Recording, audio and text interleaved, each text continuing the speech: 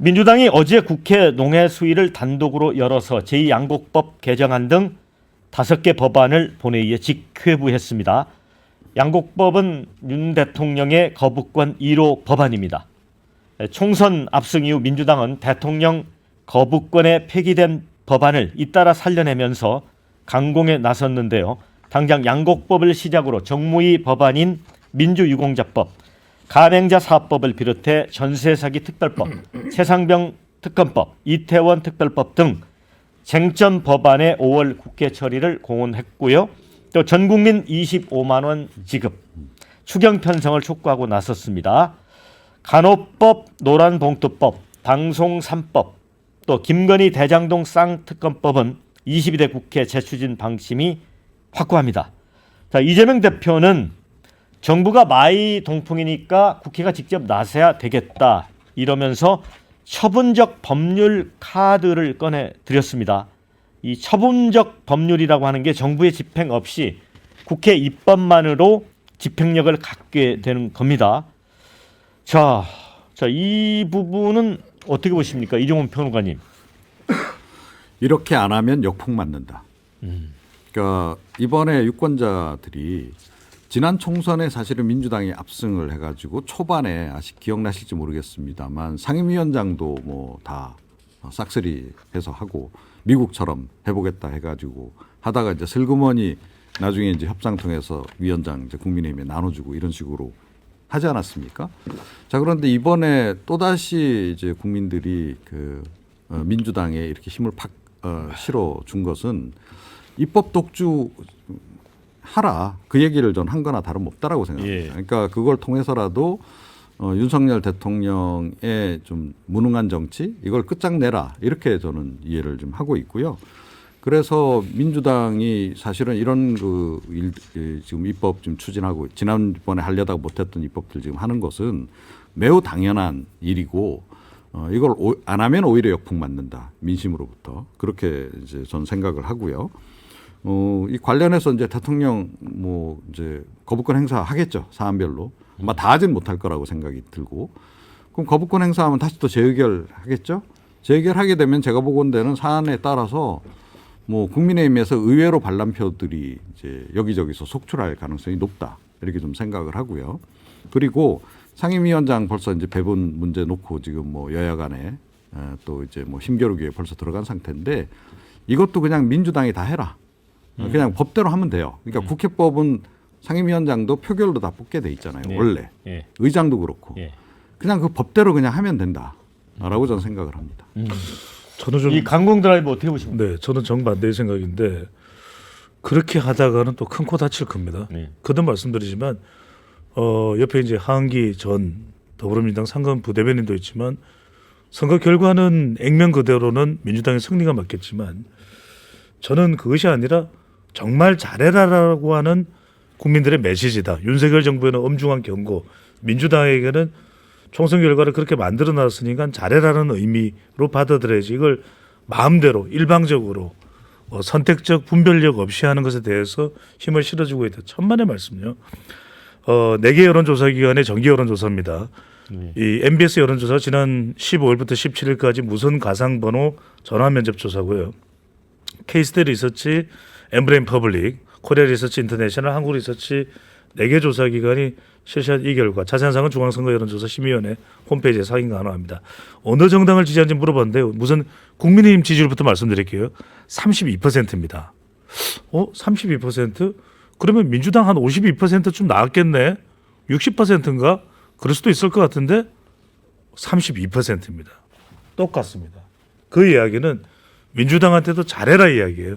그 이야기는 지금처럼 그냥 무소불위의 국회 다수당의 힘을 마음대로 휘둘러라는 이야기가 아니라 뭐 정치적으로 특검을 해야 될 것도 있겠지만 더 민생, 그다음에 국민들의 먹고 사는 문제, 이 부분을 더 신경 쓰지 않으면 국민의힘 받지, 언제든지 심판 받을 거야, 조심해, 잘해 라는 메시지로 보입니다. 네, 자, 지금 이 방송 보시는 분들이 이재명 대표가 이야기한 이제 처분적 법률, 이게 좀 어렵잖아요. 그래서 궁금해하시는 분들이 있어서, 이거는 이제 아시겠지만 행정부의 집행이나 사법부의 재판 기능 매개 없이 국민에게 직접 구체적 개별적 권리나 의무를 발생시키는 법률을 이야기한다고 합니다. 그래서 이게 이제 상권 분립에 위배된다는 이제 비판이 있는데 우리 헌법에는 이게 해도 된다 안 해도 된다 명시적인 게 없어서 또 위헌은 아니라는 또 판단이 있다고 합니다. 그래서 민주당은 이제 전 국민 25만 원 지원금, 그다음에 소상공인 전기료 인하, 신용불량자 연체 기록 지워지는 신용 사면 이런 거를 할 수 있을지는 검토 중이라고 해요. 근데 원영섭 단장이 지금 이제 법률가시니까 자, 이 경우는 만약에 이걸 해서 민주당이 하면 사실 민주당이 정부가 해야 될 일을 하는 거잖아요.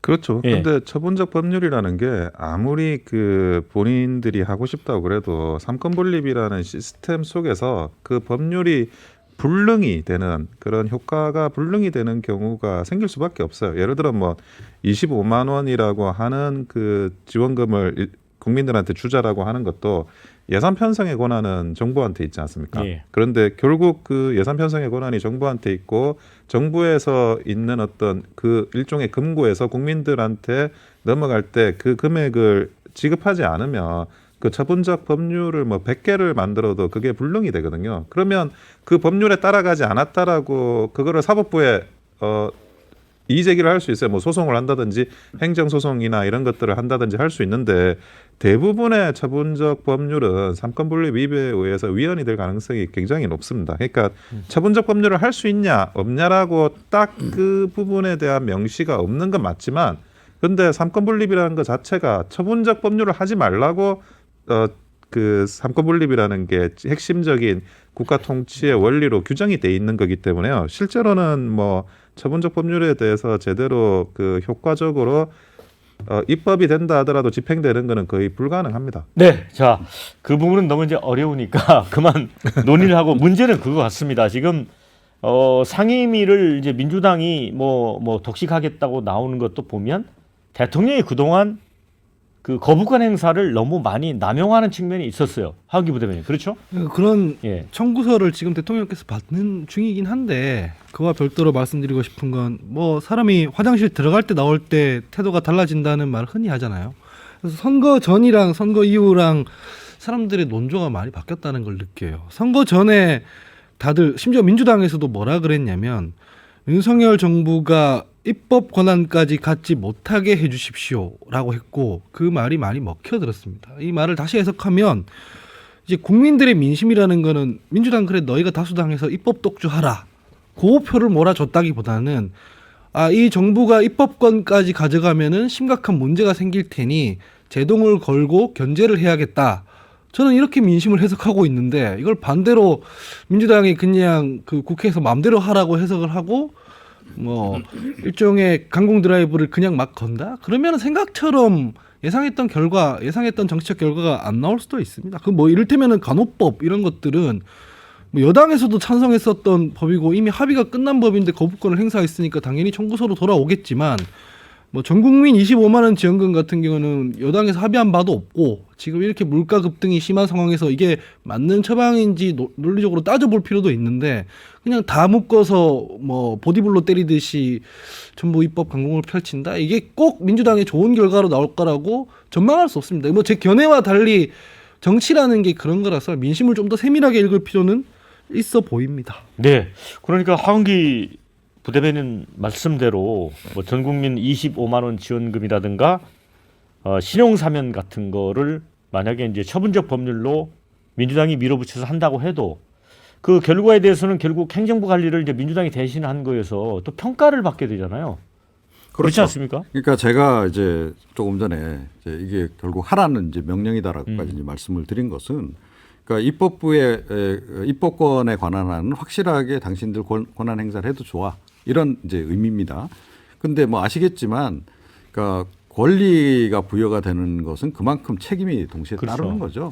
그래서 제가 이제 이거 위원장까지 다 뭐 독식하고 해도 된다 하는 얘기는 그에 따른 책임도 질각오를 하고 이제 하라는 그 얘기예요. 그리고 미국도 아시겠지만 지금 뭐 이제 다수당이 사실은 상임위원장 다 가지잖아요. 네. 뭐 책임 정치하는 거거든요. 네. 예, 우리가 위원장 맡아서 하는 동안에 책임지고 하는 거고 사실 그걸 제대로 못하면 그 다음 총선에서 이제 두들겨 맞는 거죠, 그죠? 뭐 그런 이제 상황을 이제 제가 말씀을 드린 거고 민주당이 그런 책임을 질 각오가 돼 있으면 어떤 법안도 해도 된다라고 생각해요. 그런데 제가 보건대는 이번에 뭐 이렇게 총선 과정에서 내놓은 그런 여러 가지 공약 사업 중에서 상당 부분은 뭐 이른바 포퓰리즘 공약도 있고 그래서 실제로 하라 그래도 아마 민주당 지도부가 좀 이 부분은 멈칫거릴 것 같아요. 네. 그리고 처분적 법률 관련해서는 저는 뭐 한두 가지 사례라도 일단은 좀 해봤으면 좋겠습니다. 그러니까 이래서 뭐 그야말로 뭐 위헌 논란이 있어서 헌재에서 뭐 이제 헌재까지 가는 한이 있더라도 한 번 정도는 우리가 이 부분 관련해서도 전례가 없는 일인데 네. 한번 해서 이렇게 헌법재판소의 판결을 받아보는 것도 네. 좋은 전례일 수 있다 그래도 이렇게 좀 생각을 합니다. 저는 이제 이 방송 듣고 계시는 청취자분들 특히 우리 민주당 지지자분들께 좀 정보를 드리는 차원에서 첨언을 하자면 이제 미국에서도 그렇게 하니까 우리도 괜찮다라고 하는 거는 되게 안 맞는 얘기인 게 그래요? 미국에는 우리나라처럼 뭐 당대표가 있고 당론이 있어가지고 국회의원들이 자기 소신이나 자기 입법적 견해와 무관하게 당 다 따라가고 이러지 않거든요. 네. 그러니까 각 상임위에서 다수결로 상임위원장 뽑히고 거기서 뭐 토론을 하고 논의를 해서 그렇게 하니까 괜찮은데 저희는 각 상임위에서 전부 다 당론 딱 정해지면은 국회의원들이 거기 다 따라가가지고 해야 되는 그런 상황이기 때문에 미국을 예로 들면서 우리가 상임위원장 다 가져가도 된다 이런 식으로 했다가는 정반대의 결과를 초래할 수 있기 때문에 이 부분에 대해서는 좀 합리적이고 신중한 토론과 판단이 필요하다라고 봅니다. 네. 짧게만 말씀드리면 앞서도 말씀드렸지만은 왜 총선 이후에 여론조사 결과가 정당 지지율이 동률로 나왔을까? 그 이야기는 네. 평가는 이제부터 다시 시작하는 겁니다. 그러니까 헌법재판소에 가서 처분적 법률이 맞는지 안 맞는지 이걸 지금 국민들이 요구하고 있는 게 아니라 국민들은 국민적 공감대를 형성하라. 가령 지금 소상공인 전기료 인하는 현 정부도 정책적으로 시행하고 있는 부분도 있습니다. 예. 그러면은 민주당에서는 이 부분을 확대합시다. 그러면 정부도 마다할 일이 없을 것 같고요. 다만 이제 신용사면은 어느 범위에 할지 그런 부분들을 같이 또 논의하면 되는데 예. 거듭 말씀드리지만 지금 전국민 25만 원 지원금 세계 경제 글로벌 경제를 모릅니까? 지금 미국에서는 유가 상승으로 배럴당 150달러까지 가면 예. 올해 내로는 금리 인하 안 하겠다는 거예요. 예. 파월 연준 의장이나 연준 위원장들이 발언이 나오는데 우리만 그러면은 고도의 초고도의 인플레이션 상승시킬 겁니까? 예. 말이 안 되는 이야기죠. 그러니까 25만 원씩 풀 게 아니라 선별적으로 더 어려운 사람들한테 정책적 지원 자금이 전달되는 건 모르겠습니다. 이건 상식에도 안 맞고 경제 논리도 모르는 거죠. 저는 하나 그 거부권을 저는 행사하는 거는 당연히 그 정책의 당부를 따져가지고 행사할 건 행사해야 된다고 봅니다. 그런데 윤석열 정부에서 거부권 행사할 때 반드시 그 설명이라는 게 아주 합리적으로 국민들께 설득될 수 있는 그런 부분에 대해서는 좀 주안점을 가져야 될 거라고 보여지거든요. 양국법 같은 경우에도 강제매수라고 해가지고 그 전에 이제 거부권 행사했는데 그걸 뭐 위원회 형식으로 사실상 강제매수로 만들어 놓은 거고 이게 지금 그 스마트팜이라든지 청년농부라든지 그리고 쌀 농경지를 좀 줄여가야 되는 국가적인 차원에서의 그런 방향하고 완전 반대로 가고 있어요. 근데 그런 부분은 설명이 되지 않고 그냥 거부권이 행사된다고 국민들이 생각을 하면 그거에 다시 불통 이미지로 정쟁적으로 다시 오용이 될 수 있습니다. 그래서 어떤 거부권이라도 당연히 국가 대결을 위해서 그 해야 될 때는 해야 되고 하지만 그 설명은 국민들이 이게 불통이 아니라 정말 소통을 통해서 거부권이 행사돼야 되는 필수적인 이유에 대해서 반드시 납득할 수 있는 게 필요하다고 보여집니다. 네.